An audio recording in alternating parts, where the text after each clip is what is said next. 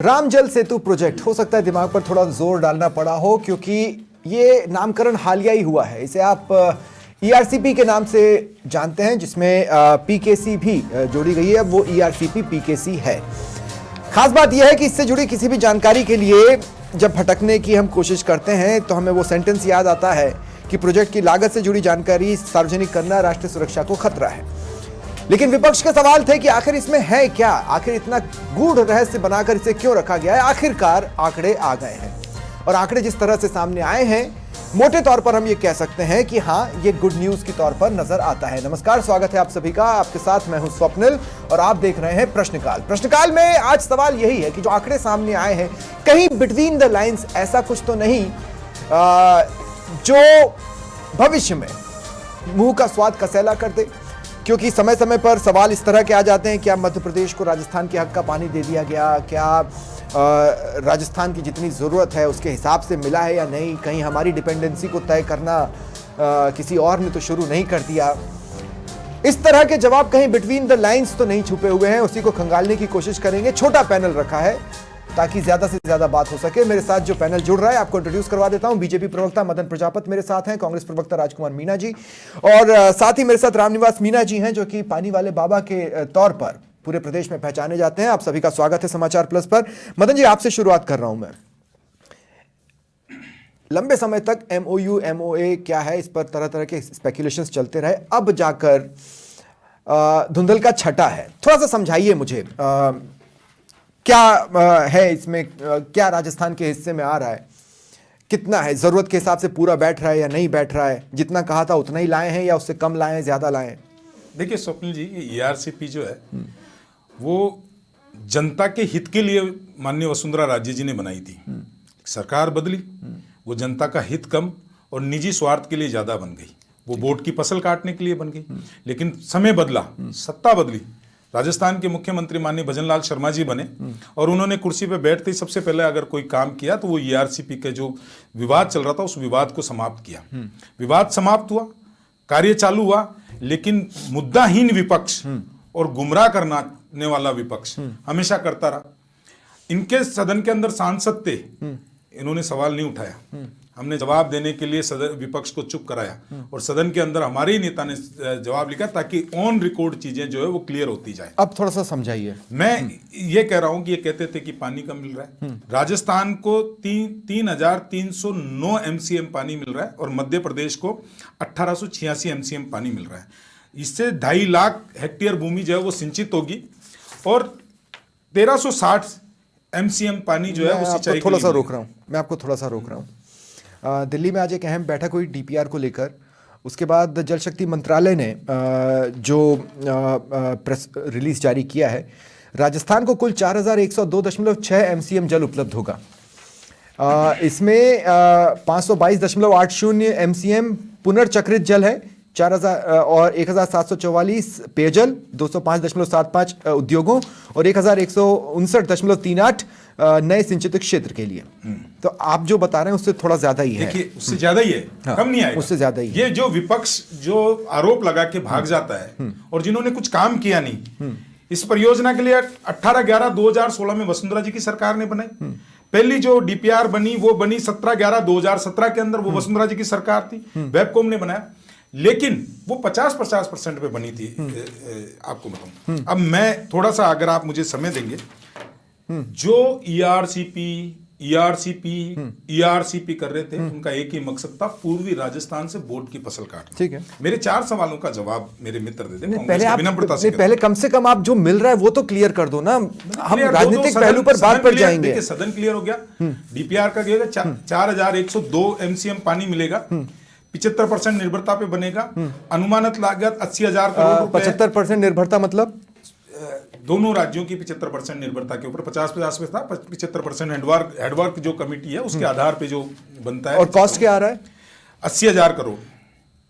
वो तो लिखा ही नहीं है कहीं एमओए और एमओयू में। देखिए, ये मैं पूरी तैयारी के साथ बैठा हूं मदन भाई। कैसे नहीं लिखा? खर्चा तो होगा ना, अनुमानित लागत है। नहीं, एमओयू में नहीं, ये अनुमानित लागत है जिसका 10%। मैं आपको बताता हूं। जिसका जल शक्ति मिनिस्टर सीआर पाटिल साहब ने पब्लिकली अनाउंस किया था कि सेंट्रल गवर्नमेंट 90% प्रोजेक्ट का कॉस्ट कवर करेगी। करेक्ट हूं मैं? हाँ। लेकिन एमओए और एमओयू में आपने इसको डिस्क्लोज ही नहीं किया है। आपने एक शब्द बोला था अपनी खुद की भाषा में कि अनुमानित लागत जहां बतानी है वो बिल्कुल 80,000 करोड़ के लगभग है, और वो ये सब सामने आ जाएगा। उसका 10% जो है वो दोनों राज्यों में अपने अपने क्षेत्र में होने वाले निर्माण पे खर्च किया जाएगा। जैसे मेरे राज्य के अंदर खर्च कितना हो रहा है, उसका 90% केंद्र पर ये तो है ही नहीं, 10% मेरा देना पड़ेगा। मंत्रालय ये कह रहा है कि the funding pattern between the centre and the states will be decided by the pi. अभी डिसाइड नहीं हुआ है, अभी करेगी पीआईबी और कैबिनेट उसको करेगा। हाँ। मेरे शब्द आपने सही सुना नहीं, मैंने ये नहीं कहा खर्चा होगा, अनुमानित लागत ये हो सकती है इसकी 80,000 करोड़ हो सकती है। दूसरी चीज 90% ये आपकी क्लियर हो गया कि 90% केंद्र सरकार देगी और अपने अपने राज्य में जो निर्माण होगा उसका 10% जो है वो स्टेट गवर्नमेंट देगी। ठीक है। इसके अंदर जो 21 जिले जो है राजस्थान के होंगे, 403 लाख हेक्टेयर 4.3 लाख हेक्टेयर जो है वो भूमि से 17 जिले 21 में 17 जिले 17 हो गए। नहीं, मैं मान नहीं रहा हूं, आप ही का प्रेस रिलीज कह रहा है 17, क्योंकि पहले जो जिले खत्म हुए हैं इसकी वजह से 17 रह गए। ठीक है, वो सही कह रहे हो आप। 17 जिलों के अंदर ये काम करेगी, इससे पूरी स्पष्ट है, कहीं कोई बाध्यता नहीं है। लेकिन मैं तो फिर कह रहा हूं राजनीति के लिए, अच्छा एक चीज बताऊं, आज ये कहते हैं कि साहब हमसे ज्यादा लिया है, वो कहा भाई डीपीआर बता दो ना आपकी। ठीक है, आपने कोई डीपीआर बना के भेजी थी क्या केंद्र सरकार को? हुआ ये है कि 18 ये जब परियोजना चालू हुई 18/11/2016 को, ठीक है, उसके बाद में ये 50% में बनी, निर्भरता नहीं थी। मेरे को 3 चीजें बता दे राजस्थान सरकार काम करी हुई, बाकी मैं बता दूंगा। मध्य प्रदेश से एनओसी ली इन्होंने, ये बात करी एनओसी की, सीडब्ल्यूसी तकनीकी मंजूरी ली राजस्थान सरकार ने, और एमओयू में वन्य जीवों से मंजूरी ली, और वैधानिक मंजूरी जैसे निवेश की मंजूरी आदि जो है वो कहीं सरकार ने लियो तो एक कागज आज ही इनके प्रवक्ता यहाँ प्रस्तुत कर दे, बस ठीक है, तो मैं मान जाऊंगा। अब मैं इसको शॉर्ट में काउंटर कर रहा हूं, उसके बाद फिर मेरा सवाल राजकुमार मीणा जी से है, फिर रामनिवास मीणा जी के पास जाऊंगा। शॉर्ट में काउंटर ये कि 2 बड़े प्रोजेक्ट्स इसी डाउनस्ट्रीम में मध्य प्रदेश ने बिना राजस्थान की एनओसी के बनाए हैं। सिंपल सी पॉइंट है, इस पर अब हम आगे बात करेंगे। राजकुमार मीणा जी, आपके अधिकतर सवालों के जवाब साहब आ गए पब्लिक प्लेटफॉर्म पर, ठीक है। आपका सबसे बड़ा सवाल था कि क्या राजस्थान के हक का पानी मध्य प्रदेश को दे दिया गया है? नहीं, मध्य प्रदेश को कम मिल रहा है, सिंचाई में भी, पेयजल में भी। राजस्थान को उससे कई ज्यादा मिल रहा है, इसमें कोई दो राय नहीं है। अब आप खुश हैं? स्वप्निल जी, अब कम मिलना ज्यादा मिलने पे बात करें तो आज की जो भास्कर ने जो छापा है, आज का लेख में मदन जी से कहूंगा, ये खिलखिला के तो हंस पड़े, लेकिन खिलखिला के उसको पढ़ लीजिए। आज ही कही है, बताइए, भास्कर के ऊपर उसने क्लियर उसमें दे रखा है कि जो 3310 ये वाला ईआरसीपी वाला ये वाला आज का पेज है, इसमें क्लियर उन्होंने दे रखा है कि ईआरसीपी से राजस्थान को जो 3310 फिर मैं आपको रोक रहा हूं, पानी मिल रहा था, वो पीकेसी से 3310 मिलेगा, यानी थोड़ा कम मिलेगा। 2 मिनट, नहीं, आपने सुना नहीं, आपने फिर सुना नहीं। मैं जो आप कोट कर रहे हैं उसको मानूं या जल शक्ति मंत्रालय सचिव के साथ चर्चा के बाद जो प्रेस रिलीज जारी हुआ है उसको मानूं? स्वप्निल जी, यही मैं इनसे कहने वाला हूं कि जो आपके जो घनश्याम तिवारी जी ने जो सदन में बयान देके रिकॉर्डेड किया उसको माने कि या भास्कर ने जो पड़ताल करके दिया जो सदन में रिकॉर्ड है वही मानो ना। आप ये बताइए कि क्या भास्कर ने गलत छापा, चलो उस पर हम चर्चा कर लेंगे। दूसरी बात, इन्होंने बोला कि कांग्रेस ने क्या किया। श्रीमान, आपकी वसुंधरा राजे जी ने किस प्रकार पूर्वी राजस्थान की जनता का वोटों का ध्रुवीकरण करके इनकी तरफ लाने का, देखो इन्होंने ईआरसीपी की परियोजना बनाई, परिकल्पना की, लाई, तब केंद्र में भी इनकी सरकार थी, राज्य में भी इनकी सरकार थी। ये चाहते तो सिर्फ उनको कागजों में ना रख के धरातल पे ला सकते थे, किसी ने रोका था क्या? नहीं, ला तो आप भी सकते थे, लेकिन मुझे एक चीज से आपत्ति है, पहले मैं वो दर्ज करा दूं जी। वसुंधरा राजे के इनिशिएटिव से काफी पहले से ईआरसीपी का जो खाका है या जो उसको लेकर बातचीत है वो थी, जो राज्य तक पहुंची तो उन्होंने कदम बढ़ाया।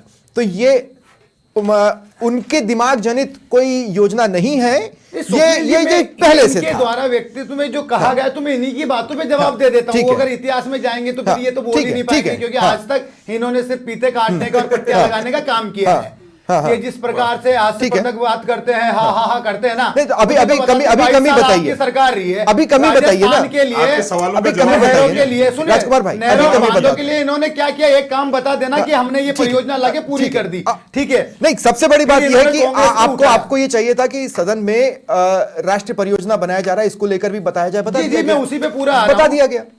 कहाँ बना बचा है? क्या, बता तो दिया गया, बचा क्या है? अरे सर एक बात बताइए, 2 बजट इन्होंने घोषित कर दिए, हाँ। क्या राजस्थान की ईआरसीपी के लिए कितना रुपया इन्होंने दे दिया बताइए? राष्ट्रीय परियोजना घोषित कर दी, क्या इन्होंने बोला हम जैसे सरकार में आएंगे सबसे पहले ईआरसीपी को अब तो राष्ट्रीय कर ही दिए। परियोजना घोषित करवाएंगे? सुनिए सुनिए, हाँ, हाँ। क्या इन्होंने, केंद्र में इनकी सरकार है ना, कांग्रेस की तो नहीं है ना, ठीक है। यहां भी इनकी है। क्या तकलीफ आ गई थी कि 2 केंद्रीय बजट निकलने के बाद भी न तो आप ईआरसीपी को पैसा दे पाया ठीक है। और न ही उसे राष्ट्रीय परियोजना घोषित कर ठीक पाया। है। दूसरी बात, शॉर्ट में बोलना, आप मेरे को रामनिवास जी को शामिल करना है। हाँ। जी दूसरी बात, जब ये कांग्रेस पे सवाल खड़ा करते तो कांग्रेस ने इस परियोजनाओं का ठोस आधार खाका तैयार किया है। कांग्रेस ने 13,000 करोड़ रुपए इस परियोजना में मंजूर किए, साथ में इसमें इसरदा बांध हुआ, डूंगरी बांध हुआ, नवसेरा बांध हुआ, ठीक है। इसका पूर्ण निर्माण करके ऐसे ये सब 13-17 के निर्माण परियोजना हो- उसको हाँ। लाए हैं। ठीक है। कम से कम उसको मूर्त रूप में। ठीक है, इन्होंने ठीक है। अब इनके राजकुमार जी ईंट रुकना भी रखी पड़ेगा। हो अब आपको इस रुकना परियोजना पड़ेगा। के अब आपको नाम रुकना पे। पड़ेगा। स्वप्निल जी, राजकुमार 10 जी, सेकंड प्लीज, में मैं खत्म प्लीज, करता हूं। प्लीज। इन्होंने कभी एक ईंट भी रखी हो हाँ। तो बता दीजिए, सिर्फ इन्होंने ठीक है। प्रधानमंत्री को बुला के मटके में से मटका पानी डाल के और प्रदेश पर की वो जनता स्टेज को तो आप मूर्ख ला ही बनाने नहीं का पाए काम थे। किया। लेकिन ठीक है बाबा, मैं आपसे पूछना चाहता हूं, अब जो नए आंकड़े सामने आए हैं, राजस्थान की जरूरत पर कितना फिट बैठ रहे हैं? क्योंकि मेरा हमेशा से यह मानना है कि आप जो भी देने वाले हो उसमें आप सबसे पहले ये समझो हमें जरूरत कितनी है, और वो आप तय मत करो, वो हम तय करेंगे कि हमें जरूरत कितनी है। इस लिहाज से इन आंकड़ों को आप कैसे देखते हैं? जी देखिए, 2017 के अंदर ये प्रोजेक्ट है जो केंद्र सरकार को भेजा गया था। इस पर अध्ययन हुआ, बाद में सरकार चेंज हुई, वोट मतदान हुआ और राज्य के अंतर्गत कांग्रेस की सरकार आई। केंद्र में भारतीय जनता पार्टी की सरकार थी। इस विरोधाभास के बीच में दोनों ही सरकारें एक दूसरे को पत्र लेखन का कार्य करती रही। हमने ईआरसीपी के मुद्दे को 2019 से प्रारंभ किया कि इसकी पूर्वी राजस्थान को बहुत आवश्यकता है, क्योंकि लोगों को पेयजल, कृषि और उद्योग के लिए जल की एक तरीके से समाप्ति हो गई है। एक समय में पूर्वी राजस्थान पानी के लिए भरपूर क्षेत्र माना जाता था और पश्चिमी राजस्थान को हम लोग रेगिस्तान के रूप में देखते थे, लेकिन धीरे धीरे पूर्वी राजस्थान पानी के कारण रेगिस्तान बनता चला गया। इस स्थिति में जब हम बात करते हैं आगे पानी की, तो हमने उस वक्त कांग्रेस सरकार से भी सवाल जवाब किए और केंद्र सरकार से भी सवाल जवाब किए। बात ये थी कि राज्य सरकार का कहना था, कांग्रेस पार्टी ये कहती थी कि इसको हम राज्य सरकार के धन से ही बनाएंगे। हम बार बार उनसे कहते थे कि इसकी जो लागत प्रारंभ में आंकी गई थी 2016 में, वो 37,000 करोड़ रुपए थी, जो राज्य सरकार के पास उपलब्ध नहीं थी और बिना केंद्र की मदद से ये परियोजना पूर्ण नहीं होने वाली थी। हमने इसको जन जागरण में लिया, इसके लिए आंदोलन किए और सारा कुछ किया। मेरे पास में वो भी आंकड़े मौजूद हैं जो 2016 के अंतर्गत केंद्र सरकार को भेजे गए और आज वो भी आंकड़े हैं जिन पर चर्चाएं हो रही हैं। इसको विभिन्न रूप में ना देख करके एक छोटी सी रूप में देखा जाए कि आज 5,195 MCM वाटर दोनों राज्यों को मिलेगा, मध्य प्रदेश को सही है और राजस्थान को। इसमें से 65% जल की आपूर्ति राजस्थान को होगी और 35% की मध्य प्रदेश को। हाँ। मध्य प्रदेश को पेयजल और सिंचाई के लिए पानी मिलेगा, राजस्थान को पेयजल, सिंचाई और उद्योगों के लिए मिलेगा। हाँ। हम किसी भी हाल में जब देखते हैं तो पूर्ववर्ती और आज के आंकड़ों के हिसाब से राजस्थान को जो पानी मिल रहा है वो पानी कम नहीं है और इस पानी की हम कम नहीं है, मेरा सवाल नहीं है बाबा। मेरा सवाल यह है कि जितनी हमें जरूरत थी या जितना हमने उम्मीद की थी, ये आंकड़ा उसके कितने नजदीक है? वही है या उससे ज्यादा है? ये आंकड़ा कुल मिला के उससे ज्यादा है। कुल मिलाकर कुल मिला के उससे ठीक ज्यादा है। यानी हम ये कह सकते हैं कि हमें पानी जैसे उद्योग के लिए वो थोड़ा कम मिला जो हमने आंका, ठीक है। या सिंचाई के लिए कहते हैं तो वो सिंचाई का जो वन टाइम 1500 MCM पानी मांगा गया था, हाँ। उसको 3-4 भागों में बांट लिया हमने। हाँ। वो ये है कि नए सिंचित क्षेत्र कौन से होंगे, उनको पानी कितना मिलेगा, तो वो 3.25 करोड़ जनता को पेयजल सुविधा मिलेगी, ठीक है। हाँ, और correct है। 2.5 लाख हेक्टेयर भूमि नए क्षेत्र में सिंचाई होगी। नहीं, पर उसके लिए संशोधित पीकेसी को देखना होगा, सिर्फ ईआरसीपी नहीं। उसी के अधिकार पे, उसी के आधार पे बता रहा हूँ मैं। और 1.5 करोड़ MCM वाटर जो पुरानी सिंचाई परियोजना चल रही है चंबल से, उसको पानी मिलेगा। कुल मिला के 4 लाख हेक्टेयर भूमि को राजस्थान में सिंचित पानी मिलेगा, सिंचाई के लिए पानी मिलेगा। इसके अलावा कुछ पानी हम लोगों ने इस बात के लिए स्टोरेज रखा है कि कभी मानसून धोखा दे या मानसून से पानी की उपलब्धता नहीं हो तो हम अपनी पेयजल समस्या का जो संकट पैदा होगा उसको हम दूर कर सकते हैं। इस तरीके से हम ये नहीं कह सकते कि पानी कम मिल रहा है। पानी हम जो आंका गया है उसी के आसपास है, बल्कि मेरे शब्दों में जो मैंने अध्ययन किया है उसके हिसाब से ये पानी ज़्यादा ही मिल रहा है। एक सवाल और, ये जो अलग से निकाय बनेगा फिर वो करेगा क्या जब सारी चीज़ें इतनी स्पष्ट हैं? सारी ही चीज़ें इतनी स्पष्ट हैं, जैसे वाटर ऑडिट और किसे कितना पानी मिलेगा, इसके लिए एक अलग से निकाय बनाएगा, वो क्या करेगा? वो सिर्फ मॉनिटर करेगा या क्या करेगा? देखिए जी, इस बात को लेकर के अभी राज्यसभा में ये हमारे सांसद घनश्याम तिवारी ने सवाल पूछा है और उसका उत्तर मिला है। और आज ही बुधवार का दिन 12 तारीख को एक दिल्ली के अंतर्गत जो हमारे जल शक्ति मंत्रालय की सचिव हैं मुखर्जी जी, उन्होंने एक मीटिंग बुलाई और उस मीटिंग में दोनों राज्यों के अधिकारियों को बुलाया गया और उनको स्पष्ट रूप से कहा गया है कि आप 15 दिन के अंतर्गत जो भी संशोधित आपकी वो हैं उनको समायोजित करते हुए इसको स्पष्ट करें। तो अभी इसके स्पष्ट आंकड़े आने बाकी हैं, जो जल्दी ही हमें प्राप्त हो जाएगा। तो राजकुमार मीणा जी, काफी क्लैरिटी तो मिली होगी। देखिए मैं आ ही रहा हूं मदन भाई, काफी क्लैरिटी तो मिली होगी। जितना हम सोच रहे थे उससे ज्यादा आगे आ रहा है। मैं ये नहीं कह रहा हूं कि आ गया है, उससे ज्यादा आ रहा है। अब इस दिशा में कभी भी बढ़ेंगे तो उसमें तो राजस्थान का फायदा ही है मोटे तौर पर। जी बिल्कुल स्वप्निल जी, जैसे रामनिवास जी ने बताया कि मैंने जितना इन्होंने बताया उसके आसपास आ रहा है, लेकिन साथ में उन्होंने बोला कि उद्योगों को भी कम आ रहा है। हाँ, उसको इनका पूरा हम देखते हैं तो ये है। अरे पर आप जिन्हें उद्योगपतियों की पार्टी कहते हो वो उद्योगों को कम दे रहा है, ये तो अच्छी बात है। ये आंकड़े ये इनके द्वारा अभी जो सदन में जारी गए बयान के अनुसार लगाए गए और ये जो सार्वजनिक हुआ उसके अनुसार है। मैं इनसे कहता हूं आपने MOU सार्वजनिक क्यों नहीं करते? एक RTI लगती है, उस पर आप जवाब क्या देते हो? राष्ट्रीय सुरक्षा को खतरा। ये जानना चाहता है कि आप क्या परियोजना, इससे क्या राष्ट्रीय सुरक्षा? मैं एक चीज आपको बता रहा हूँ, बम गोले भेजेंगे क्या? राष्ट्रीय जल विकास अभिकरण, राष्ट्रीय जल विकास अभिकरण, सुनिए ना, अरे सुनिए ना मेरी बात, इसमें क्लियरिफिकेशन क्यों नहीं करना चाहते? NWDA यानी राष्ट्रीय जल विकास अभिकरण 7 अगस्त 2024 से 5 महीने से इस वेबसाइट पर MOU की कॉपी थी, जो मुझे भी नहीं पता था, जो मुझे भी नहीं पता था। मुझे सडनली पता चला और फिर मैंने उसको निकाला, मैंने उसको पढ़ने की कोशिश की। ठीक है, उसमें और जो बताया गया उसमें कोई डिफरेंस नहीं है, सारी बातें एज इट इज सामने आई। आप बताइए, उस वेबसाइट पे डली हुई थी। लेकिन RTI का मैं इनके प्रवक्ता से पूछना चाहता हूं, ये जवाब कैसे आ गया कि भाई हम आपको जवाब नहीं दे सकते सेक्शन 8 की सब सेक्शन 1 के तहत कि इसमें राष्ट्रीय सुरक्षा को खतरा है। ठीक है, आर्थिक खतरा है, ठीक है, जान माल को खतरा है। ठीक है, आगे आपसे अगर कोई जानकारी इसके बारे में राजकुमार जी लेना चाहता है, ठीक है, और आप उसको खतरा बता के जानकारी क्या राजकुमार जी अब जवाब ले लेता हूं। मैंने 2 बार पूछा आपने, मैंने बीच में इंटरप्ट नहीं करा। मदन जी बोले, करता हूं कि मेरे बीच में भी कोई नहीं। मैं करूंगा एक सवाल के लिए, आपके सवालों का बिल्कुल स्वागत है, ठीक, लेकिन मेरे को बीच में मेरी बात रखने का मौका आप कब बोलना चालू करो ना। मैं ये कह रहा हूं कि अभी कह रहे थे कि उद्योगों को कम, इनको क्या कम पकड़ते हैं? किसी शब्द के अंदर सोचते नहीं है, कहीं पे भी सुनाई आ जाए कम लपकते हैं अपनी बात को पकड़ने के लिए। अरे भाई 17 जिले जो हैं वो इससे वो होंगे 90% केंद्र, 4 लाख हेक्टेयर भूमि जो है होगी, 2.5 लाख हेक्टेयर भूमि से नई सिंचित होगी और 1,52,000 हेक्टेयर 1.52 लाख हेक्टेयर जो है वो नई पुरानी वाली सिंचित होगी। मैं इसको बता चुका हूं। अब मैं एक छोटी सी चीज, मेरे मित्र देखो सारे सवालों का जवाब देना दो। इस पॉइंट पर एक सवाल है। अच्छा ठीक है, आपको मैं 30 सेकंड दे दूं। नहीं 30 सेकंड में पूरा नहीं होगा। देखो आप जल्दी बोलना चालू करोगे तो हो जाएगा। बोलो आप। इन्होंने 2 बार बोला, सारे आरोप तो सुनो। दूसरी बार आ गया ना, दूसरी बार आ गया। इन्होंने कहा, मैं ये कहता हूं मध्य प्रदेश और CWC की बैठक 27/4/2018 को हुई। CWC की 2/8/2018 को बैठक हुई। मध्य प्रदेश से राजस्थान ने दिनांक 16/10/2018 को बात हुई। ये कब बात हुई? सब हमारी सरकार में। इनकी सरकार में कब हुई कोई पता नहीं है। मध्य प्रदेश के मुख्यमंत्री कमलनाथ जी ने 27/1/2022 को राजस्थान को पत्र लिखा। मैं पत्र बता देता हूं आपको, ये आपकी स्क्रीन पे मैं बताता हूं, ये पत्र है कमलनाथ जी का लिखा हुआ।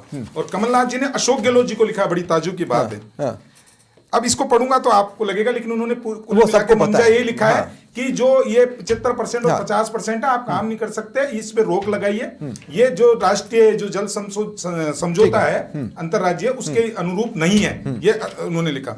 दूसरा पत्र फिर लिखा है कमलनाथ जी ने, जो भी है। लेकिन मैं आज एक बड़ी विनम्रता पूर्वक इनसे पूछ लेता हूं, जो मेरे 3 सवालों का जवाब नहीं दिया, कम है ज्यादा है, इन्होंने ये नहीं बताया जब अगर परियोजना लागू करनी है तो उसके लिए जो चीजों की आपको आवश्यकता होती है, आपको मध्य प्रदेश से एनओसी की आवश्यकता थी। अरे भाई, मध्य प्रदेश ने 2 प्रोजेक्ट बिना हमारी एनओसी के बना लिए, कैसी बात कर रहे हो आप? मैं आपको अभी साबित कर देता हूं, मैं आपको अभी साबित कर दूंगा, फिर आप कैसी बात करते हैं मदन भाई? एनओसी लेनी पड़ती है सर। अरे राजस्थान में नहीं ली उन्होंने अपने 2 प्रोजेक्ट के लिए। अगर होता तो राजस्थान कोर्ट में क्यों नहीं गए? वो तो आप बताओ। मैं क्यों बताऊंगा? 2 सेकंड बाबा, मैं आपसे गलत कह रहा हूं क्या? 2000 सुनने जना, अभी क्लियर हो जाएगा मदन भाई आप ही बोलेंगे बस 2 मिनट। अरे भाई, आप अगर किसी चीज पर सवाल उठा रहे हैं तो उसका जवाब आपको बता रहा हूं ना। आप इनको नहीं टोके। अरे मैंने उनको भी टोका, मैंने उनको फिर कोई बात करने लग जाते हैं मदन भाई। का जवाब दे दीजिए ना। मैं आपसे कह रहा हूं ना, 2 मिनट, 3 सवाल का जवाब 2 मिनट, 2 मिनट। नहीं, मीटिंग भी अटेंड नहीं की, मैं खुद कह रहा हूं, मैं कहां मना कर रहा हूं। लेकिन बाबा, ये बात तो राइट है ना, जब वो 2000 का दशक चल रहा था, मध्य प्रदेश ने बिना राजस्थान की एनओसी के 2 प्रोजेक्ट कंप्लीट किए हैं। जी हाँ, बिल्कुल बिल्कुल करेक्ट है ना, ये तो पब्लिक प्लेटफॉर्म पर है। हम सिर्फ मध्य प्रदेश की एनओसी का रोना रो रहे हैं। मेरा आग्रह है विनम्रता से, हाँ, मैंने किसी को टोका नहीं बीच में। नहीं, पर मैंने आपके पॉइंट को गलत साबित किया। 2019 में केंद्रीय गजेंद्र जी ने बाहर संभाला, जल शक्ति मंत्री ने 2021 के अंदर अप्रैल में, अगस्त में माफ कीजिएगा, शिवराज सिंह जी के साथ में बैठक करी। उसके बाद में उसी के 8 अप्रैल 2022 को राजस्थान के अंदर बैठक रखी गई, और इस बैठक के अंदर जो है सीडब्ल्यूसी के अध्यक्ष और मुख्यमंत्री जी को उपस्थित होना था। अशोक गहलोत जी नहीं आए, अपने चीफ सेक्रेटरी को भी नहीं आने दिया। करेक्ट है। ये भावना है? नहीं, ये भावना है, ये पब्लिक प्लेटफॉर्म पे, ये बात फैक्ट है। इसमें क्या काउंटर करेंगे? महत्वपूर्ण में व्यवस्था दिखाते हुए वो बैठक में नहीं उपस्थित। अब एक सवाल चीफ सेक्रेटरी को, मदन भाई, उपयुक्त बैठक में दूसरी चीज में अब एक सवाल है, मध्य प्रदेश की एनओसी की आवश्यकता नहीं है, सीडब्ल्यूसी की तो आवश्यकता है। करेक्ट, ठीक है। अब एक सवाल ले लूं मदन जी, अब एक सवाल सुनिए। वैज्ञानिक नहीं राजकुमार जी, अभी नहीं। मदन जी, अब मेरी बात सुनिए। उल्लेखनीय है कि राज्य सरकार प्रदेश में पेयजल और सिंचाई के लिए जल उपलब्धता बढ़ाने के लिए प्रतिबद्ध है। इस दिशा में संशोधित पीकेसी पार्वती कालीसिंध चंबल एक महत्वाकांक्षी परियोजना है। आप खुद इसे महत्वाकांक्षी परियोजना कह रहे हैं। ये शॉर्ट परियोजना नहीं है, ये महत्वाकांक्षी। अब मैं आपको बताता हूं महत्वाकांक्षी क्यों है। पार्वती कालीसिंध चंबल कब सूखी रहेंगी? 4 साल में एक बार पानी देंगी, 5 साल में एक बार पानी देगी, किसी को नहीं पता। इसलिए ये योजना, ये जो पीकेसी वाला पॉइंट है, ये महत्वाकांक्षी है। इस पॉइंट को आप समझ रहे हैं ना? मैं स्वप्निल जी समझ भी रहा हूं, और इसीलिए इसमें 50 और 75 की जो डिपेंडेंसी होती है ना, इसीलिए ठीक है, जो ये रखा गया है ना, वो पॉइंट इसीलिए रखा गया है। या तो ये मेरी बात से अगर एग्री नहीं, तो आपके मेरे अपने विशेषज्ञ बिठा रखा है, इनसे ज्यादा कोई समझता है कि इस चीज को, ठीक है, जो लड़ाई लड़ने वाले। ठीक है, मैं ये कह रहा हूं, मैं आज विपक्ष ये बात करता था कि कम पानी मिल रहा है, अपने हितों को गिरवी रख दिया मध्य प्रदेश के सामने। मैं चुनौती से कह रहा हूं, एक जगह आप बताइए ना, और आपकी अगर नियत साफ थी, उसका जवाब मिल गया। आपकी नियत साफ थी, सुनिए एक चीज शॉर्ट, अब एकदम खत्म, 5 सेकंड से ज्यादा नहीं। साफ थी तो सदन के अंदर, संसद में ये सवाल जो हमने लगाया है, ये लगवा लेते। ठीक है, अब ये लगवाते राजकुमार मीणा, देखिए, अगर आपके पास आया तो प्रमुख पॉइंट छूट जाएगा, तो मैं आपसे रिक्वेस्ट करूंगा कि आप मुझे समय दे दें, मुझे बाबा से एक सवाल लेना है। राजकुमार मीणा, मैं आपसे रिक्वेस्ट कर रहा हूं, मदन भाई 2 मिनट। राजकुमार मीणा, मैं आपसे रिक्वेस्ट कर रहा हूं, फिर एक पॉइंट रह जाएगा। अगर मैं आपका रिएक्शन लेने आया तो मेरे को वो पॉइंट एक बार क्लियर करना है। रामनिवास जी, बाबा, मेरा एक सवाल है, ये पानी 12 मासी है, 4 मासी है, 8 मासी है, या क्या है? मतलब कितने महीने में मिलेगा, कितने टुकड़ों में मिलेगा? जो भी नदियां हैं, चंबल है, पार्वती है, कालीसिंध है, ये सारी नदियां हैं जो बरसाती नदियां हैं। एग्जैक्टली, ये किसी ग्लेशियर से नहीं निकल रही हैं ताकि 12 महीने इनमें पानी आए। चंबल नदी है, इसमें जरूर पानी जो निकाला जाता है ऊपर के बैराजों से, वो उसमें थोड़ा पानी साल भर चलता रहता है। तो ये जो परियोजना बनाई गई है, इस परियोजना में ये है कि पार्वती, कालीसिंध, चंबल, इन नदियों को आपस में कनेक्ट करके, और जिसमें पानी की बहुतायत हो तो पानी को डाइवर्ट किया जा सकता है, और उसको जहाँ जरूरत है वहाँ उसकी मात्रा अधिक भेजी जा सकती है। इसके लिए ये परियोजना बनाई गई। अब इसका नाम भी चेंज करके राम जल सेतु लिंक परियोजना किया गया है। इसीलिए राम का तात्पर्य राजस्थान से है, और मैं मध्य प्रदेश से है। तो ये 12मासी नदियां नहीं। हाँ, ये 12मासी नदियां नहीं, तो क्या इसीलिए इसको हम महत्वाकांक्षी मान रहे हैं, और हम ये मानकर चल रहे हैं कि ये मेजॉरिटी में हमारी तकलीफों को दूर करेगी? पूरी तरह भले ही करे या ना करे, लेकिन अधिकांश तरीके से कर देगी। मैं ये कहता हूं सर कि जो पूर्ववर्ती 13 जिले थे, उन 13 जिलों में पानी की इतनी बड़ी किल्लत है कि लोग ऐसा पानी पी रहे हैं जो जीने के लिए या स्वास्थ्य के लिए उपयुक्त बिल्कुल ठीक नहीं है। हाँ।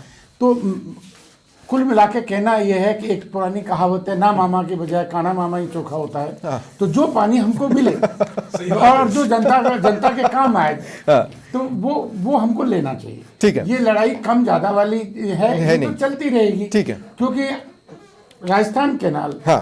परियोजना है, जो इंदिरा गांधी नहर परियोजना है, ठीक है। वो कब बनी और आज तक उसमें संशोधन होते रहे हैं और उसकी कैनालें बढ़ती रही है। हाँ। तो ये तो आगे के काम है साहब, ये बनते रहेंगे, शुरुआत तो हो।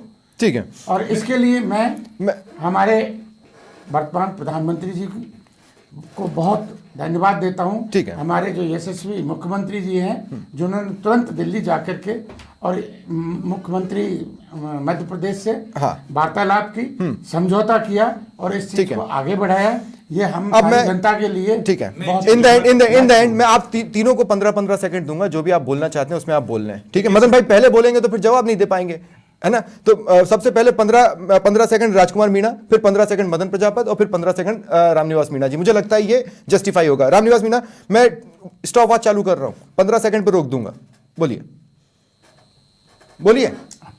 हाँ हाँ जी, अगर ये बात करते भी इतना आरोप लगा मैं 15 सेकंड में खत्म हो गया। गजेंद्र सिंह शेखावत जी की बात करते हैं, चलो ठीक है, कांग्रेस राज में कुछ भी, अभी तो आपकी सरकार है ना, क्यों ना राष्ट्रीय परियोजना घोषित किए, क्यों ना बजट देते हो। और दूसरी बात, ये मूर्खों की तरह ना पब्लिक को मूर्ख बनाना बंद कीजिए हर बात पे। हाँ भी बताइए, आपने एक ईंट भी रखी है क्या? ठीक है राजकुमार मीणा, TRCP के नाम पे सिर्फ हो गया राजकुमार भाई, हो गया। मदन प्रजापत, मैं आपका बस 2 मिनट, अरे हो गया भाई, हो गया। फिर हाँ मदन प्रजापत, आपका भी स्टॉप वॉच चालू। मैं समझता हूँ अच्छा होना चाहिए। चलिए। मैं ये कहता हूँ कि आपने सिर्फ राजनीति की, हमारी जनसेवा करने का काम है। हाँ। इस देश में एक भागीरथ पूजे जाते थे जो गंगा लेके आए थे। आज पूर्वी राजस्थान के लिए अगर कोई भागीरथ बनाए तो राजस्थान के यशस्वी मुख्यमंत्री माननीय भजन लाल जी और देश के यशस्वी प्रधानमंत्री माननीय नरेंद्र मोदी जी बने। ठीक है।